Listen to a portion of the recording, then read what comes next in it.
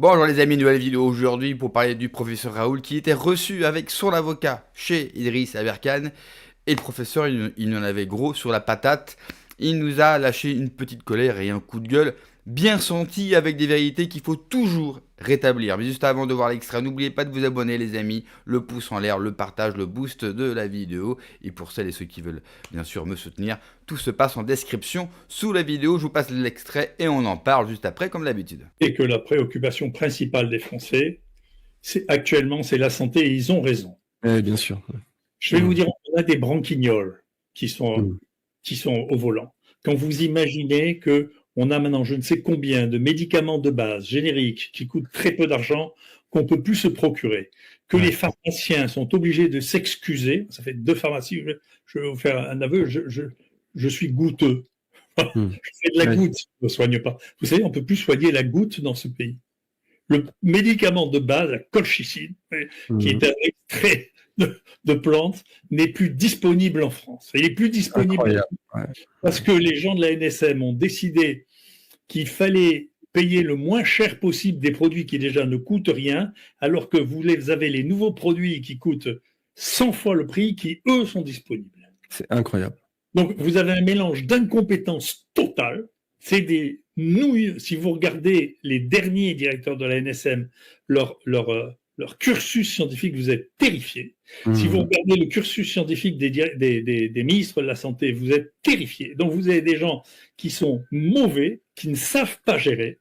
Donc vous avez les hôpitaux qui sont dans un hôpital qui fait pleurer. On ne trouve plus de médicaments de base.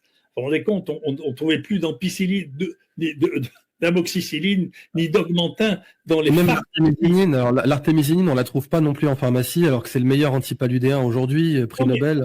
On peut. Non mais ça ne veut pas dire que au quotidien, là, ce que vous donnez à vos gosses, là, quand ils sont malades, quand ils ont une angine, quand vous avez une angine, on va leur donner de l'amoxicilline, ou on va leur donner de l'augmentin, ça on ne pouvait plus le donner. Il n'y en avait plus en France. Donc, l'état de gestion de ce pays, c'est pas que les milliards que vous voyez partir en biberine. Il n'y a rien de géré. Ça n'est que du relationnel, de la politique, des réseaux. La compétence ne compte pas. Donc, c'est pour ça que je suis ennuyé. La deuxième chose, moi, je plaide, je l'ai déjà dit, et je le redis sur une autre chaîne, moi, je pense que l'Europe, comme les États-Unis, doivent faire un Nuremberg de la Big Pharma. C'est clair. On ne peut pas dire vous avez tué 500 000 personnes comme l'Oxycontin et vous aurez une amende. 800 000. L'Oxycontin, on a la preuve que c'est maintenant 800 000 directs et indirects. Donc Pablo Escobar est un amateur à côté. Et ils ont fait un settlement de 10 milliards. Tout le monde a été d'accord, c'est 50 000 morts. Ils ont payé 5 milliards, pas un jour de prison. Un jour de prison, ouais. Ça, c'est des crimes contre l'humanité. Au bout d'un moment, il va bien falloir qu'on s'occupe de ça. Nous sommes dans une situation qui est totalement corrompu. Il y a, comme la même industrie pharmaceutique paye à peu près tous les journaux, on n'ose même pas dire, quand vous dites, mais enfin, vous vous rendez compte que c'est les voyous, ils ont été condamnés 20 fois parce qu'ils trichaient, parce qu'ils achetaient les médecins. Vous pouvez pas. Regardez, moi j'ai découvert avec terreur, si vous voulez, quand on a commencé à regarder après l'histoire de Rafi, celui qui me menaçait de mort, on a commencé à regarder. Il y a un intérêt énorme. On a vu que c'était lui qui était le plus payé de tous, mais après on a regardé le conflit d'intérêts de tous les gens qui se prononçaient là-dessus. Moi, je ne savais pas que la gangrène avait atteint ce point. Moi, ça fait 20 ans que je refuse de me faire offrir un repas par l'industrie. Un repas, Je vais réafficher les pénalités de Pfizer parce qu'il faut vraiment que le public sache. Alors, vous allez sur le site violationtracker.goodjobsfirst.org, mais vous tapez juste dans Google Violation Tracker, donc violation tracker, CK, et vous tapez Pfizer.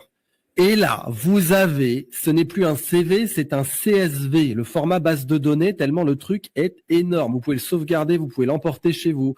Et là, vous avez Pfizer et toutes leurs filiales. Et vous avez la totalité de leur condamnation.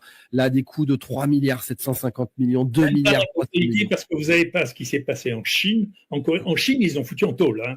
Bah oui, enfin, bah oui, bien sûr. Ils ont foutu en taule. Ça, ce que vous voyez, c'est l'Europe et l'Occident, hein. C'est ça. Il y a 2 pages. Il y a 2 pages dans ce que je vous montre là. Et le truc, mais ça va. Alors vous avez à la fin. Je veux dire que la France, c'est pas la plus active là-dedans, hein. Ils sont aussi voyous en France que partout ailleurs, hein. Et ça, c'est seulement une chose. L'autre chose auquel il faudra faire attention, moi je l'ai découvert enfin j'en ai découvert l'ampleur à ce moment-là, pourquoi est-ce que les sociétés savantes, d'un coup, ont fait tout un truc en disant c'est des effets sauvages, pourquoi est-ce que la Société de pathologie infectieuse de langue française, pourquoi?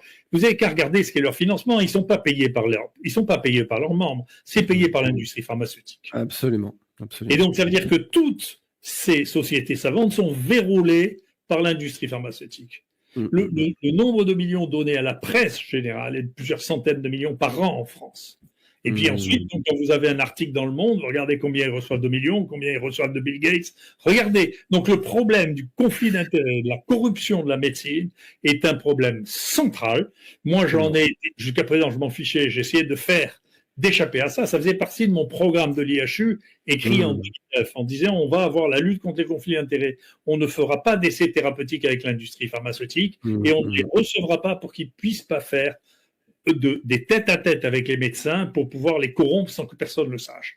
Donc ça faisait partie du corps, de la loi même de l'IHU. C'est ce qu'on a fait. Et je pense que c'est une des sources de l'hostilité phénoménale qu'on a réussi en disant nous, on n'est pas achetés.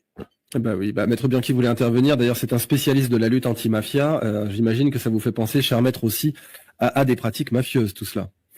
C'est effectivement une organisation structurée destinée à engranger des bénéfices monstrueux avec une autorisation légale très souvent de tuer. Et en ce qui me concerne, sans vouloir choquer personne, s'il y avait un Nuremberg en la matière, je serais honoré d'être un procureur. On peut que vous souhaiter... Pour la première fois de ma vie, je serais honoré d'être l'avocat de la société, un procureur, pour demander des comptes, et non pas des amendes forfaitaires et un bracelet pour pouvoir aller jouer au golf le week-end. Hein. Donc la vraie problématique, et le professeur a parfaitement raison, et moi je suis à ses côtés pour des bonnes raisons, pour des raisons qui tiennent à la défense d'un homme qui est à l'opposé de cette absence de valeur qui aujourd'hui caractérise uniquement la recherche de profit et non pas la recherche de soigner autrui. Parce que, pardonnez-moi, je le dis sous le contrôle de tous les deux, l'autre, peu importe qui il est, l'autre est une partie de nous, une partie de toi. Parce que c'est un être humain. Peu importe sa couleur, sa religion, sa situation de fortune, sa situation de naissance, sa capacité à s'exprimer, ses diplômes, l'autre est une partie de toi. Donc, si tu le vois comme un produit financier, si tu le vois uniquement sous l'angle d'un sigma de rentabilité, tu nies l'essence même de l'humanité qui est en lui. C'est ça que je loue dans le professeur Raoult, c'est que, alors qu'il n'avait aucun intérêt à le faire, rien, aucun, il a dit la vérité, il est resté debout, il a souffert de la critique, il a souffert de l'opprobre généralisé de tous les bien-pensants, et surtout ses confrères en deux mots. Pour moi, il n'en a pas de confrères. Moi, je souhaite très profondément, comme j'ai l'occasion de le dire, qu'à l'occasion des élections présidentielles, qu'elles se fassent précocement ou pas, la santé devienne un des éléments essentiels. Il faut reconnaître que depuis des années, si vous voulez, la santé et la recherche sont les parties négligées d'à peu près tous les gouvernements français. On y met les gens dont on ne sait pas quoi foutre, ou qui permettent de faire des quotas, ou qui permettent de faire le quorum. Donc, si ça a commencé avec Juppé, qui avait mis deux de ses jupettes là, parce que la médecine, il s'en foutait, la recherche, il s'en foutait, ça a continué tout ce temps. Ça, il y a un vrai problème.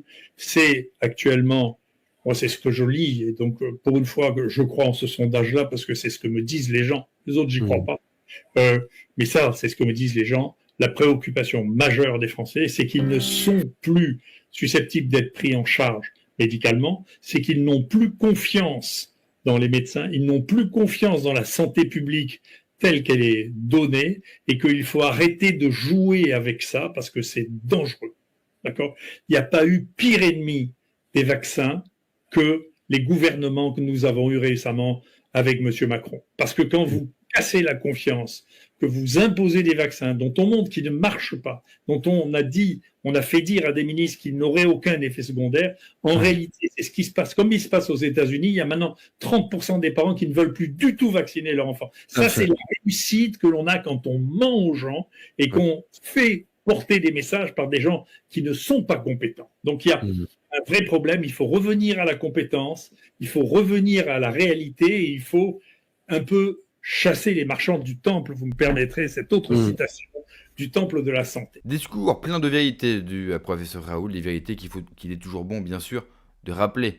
D'ailleurs, le ministre de la Santé américaine et Donald Trump font de l'excellent travail, où ils nous expliquent que des médicaments et que des injections seraient peut-être à l'origine de l'explosion de l'autisme chez des milliers d'enfants.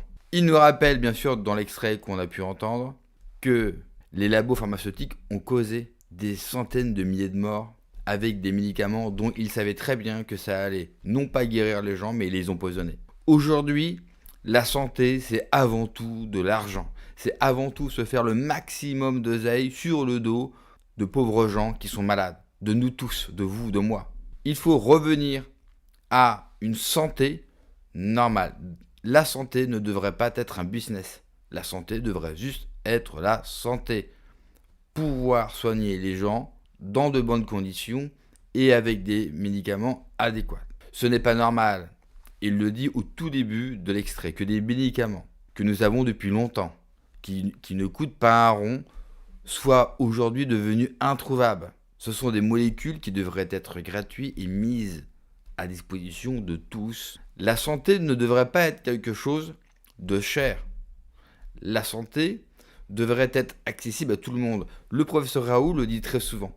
Aujourd'hui, on n'invente quasiment plus rien et toutes les molécules, nous les avons. On sait comment soigner telle ou telle maladie. Même pour le cancer. Le cancer aujourd'hui est bien sûr une aventure délicate, extrêmement difficile, douloureuse pour les gens qui le subissent. Mais c'est avant tout une des plus grandes et des plus belles rentes qu'ont les firmes pharmaceutiques, avec des traitements qui vous rendent plus malade qu'autre chose, alors qu'on connaît d'autres méthodes pour soigner le cancer qui, c'est vrai, coûtent pas cher et qui fonctionnent. Mais comme la santé n'est devenue qu'une histoire de rente, eh bien, ils ne sont jamais mis en avant et bien sûr, vous n'avez pas le choix. Une fois que vous êtes malade et que vous êtes à l'hôpital devant un médecin qui est censé être là, bien sûr, pour vous indiquer les meilleures solutions et pour avoir avec vous un discours de vérité et vous prévenir peut-être s'il touche de l'argent de tel ou tel labo. Et le professeur Raoult, quand il nous dit moi je refuse aujourd'hui d'être invité pour justement garder mon libre arbitre. Mais ça, c'est un vœu pieux. Le professeur Raoult, il y en a combien en France aujourd'hui? Combien nous avons de médecins qui ont une éthique de travail comme la sienne? La plupart des médecins que nous pouvons voir en plateau de télévision, parce qu'aujourd'hui les médecins sont devenus des célébrités, des stars qui sont inventées, qui nous racontent n'importe quoi. Il faut faire un grand ménage. C'est pas possible que quand vous avez un enfant, il est à peine né, qu'on vous réclame déjà de le faire injecter à plusieurs reprises, alors qu'il ne souffre de rien, alors qu'il est en trop bonne santé, alors que les risques sont de zéro. Mais ça rapporte tellement d'argent qu'aujourd'hui, les États, et notamment l'État français, nous imposent 11 injections. Pas 2, pas 3, 11. Demain 20, demain 30. Parce qu'aujourd'hui, les ministres de la Santé sont totalement corrompus et reçoivent eux aussi de l'argent de la part des labos. Ils ont une telle puissance financière que c'est quasiment impossible aujourd'hui de leur résister. Et quand vous leur résistez comme le professeur Raoult, vous prenez la foudre totale. Et on vous convoque et on vous vire juste pour une chose, dire la vérité. Merci d'avoir regardé la vidéo les amis, n'oubliez pas de vous abonner, le pouce, partagez bien sûr la vidéo et n'oubliez pas de la booster. Prenez soin de vous, que Dieu vous protège. Allez, ciao.